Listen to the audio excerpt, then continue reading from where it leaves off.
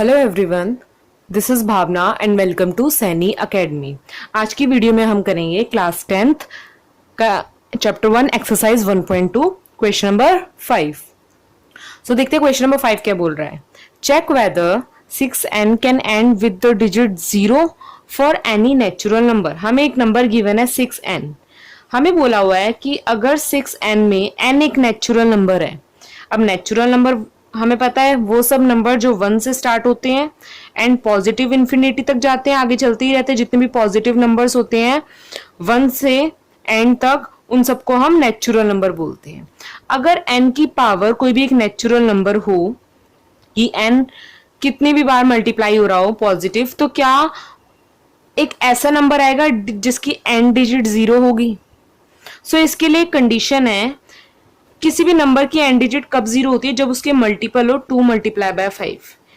अब 2 multiply by 5 क्यों चाहिए? इसका रीजन है कि किसी भी नंबर के पीछे 0 तब आता है जब वो 10 से मल्टीप्लाई हो। और 10 की अगर हम फैक्टर करके देखते हैं, 10 के अगर प्राइम फैक्टर हम करते हैं तो 2 और 5 ही आता है। ओके, सो अगर हम कोई भी नंबर है उसकी एंड डिजिट हमें 0 चाहिए, उसके लिए वो नंबर 2 और 5 दोनों से मल्टीप्लाई होना चाहिए। अगर ये एक पेयर है, एक बार 2 और 5 मल्टीप्लाई हो तो आएगा 10। मान लो 2 और 5 2 बार टाइम्स मल्टीप्लाई हो रही हो। अब यहाँ पे 2 बार 5 2 टाइम्स मल्टीप्लाई हो रहे हैं, तो यहाँ पे क्या आएगा 100 आएगा, 2 0 आएंगी। अगर यही 2 बाय 5 2 मल्टीप्लाई बाय 5 3 टाइम्स हो, 3 टाइम्स हो तो 1000 आएगा, 4 टाइम्स हो तो 10,000 आएगा। ऐसे ये चलता रहता है।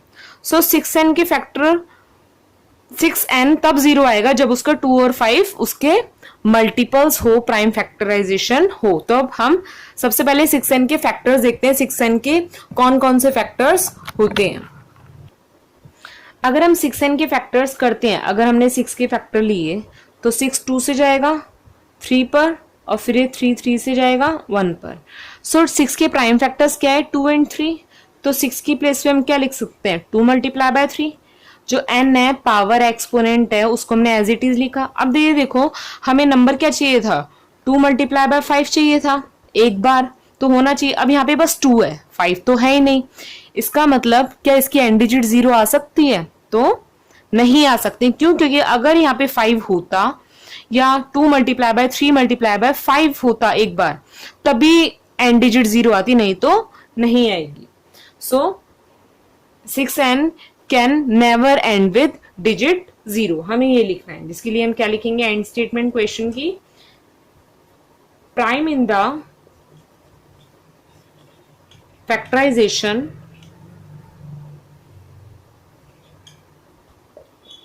Of 6n are. अब 6n के प्राइम फैक्टर्स क्या निकले 2 and 3 for 6n to end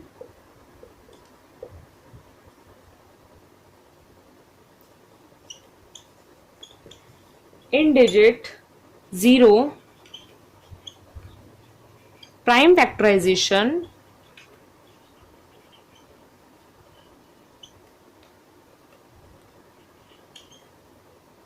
of 6n should contain prime 5. Therefore